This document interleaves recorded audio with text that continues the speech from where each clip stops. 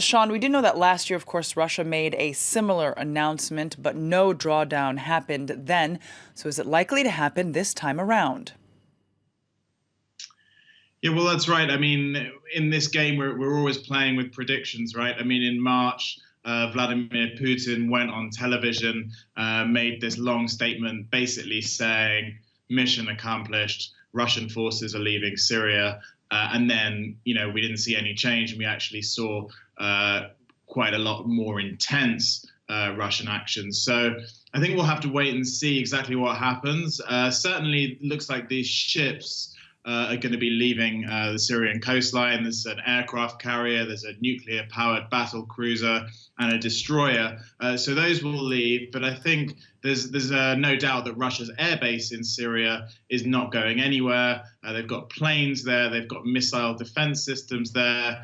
So while at the moment this sort of fragile ceasefire in Syria is holding, I think Moscow is kind of ready to ramp up again its military action if it thinks the situation requires it.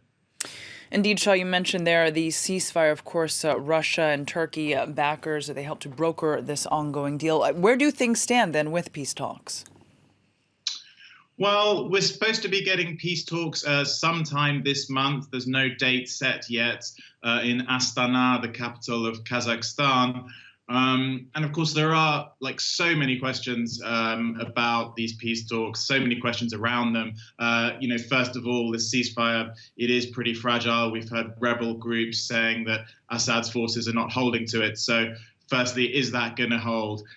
Secondly, there are a number of rebel groups that Russia has said it believes are terrorist groups. Other parties to the conflict don't think are terrorist groups. What's going to happen with them? What's going to happen with Russia and Turkey? Are they going to be able to keep this sort of surprising alliance that they've managed to find over Syria, despite their differing aims in the country? And of course, the biggest wild card of all, Donald Trump is going to be coming into the White House in 2 weeks. Unlike the current US administration, he's had a lot of praise for what Russia's been doing in Syria. He said they're killing ISIS.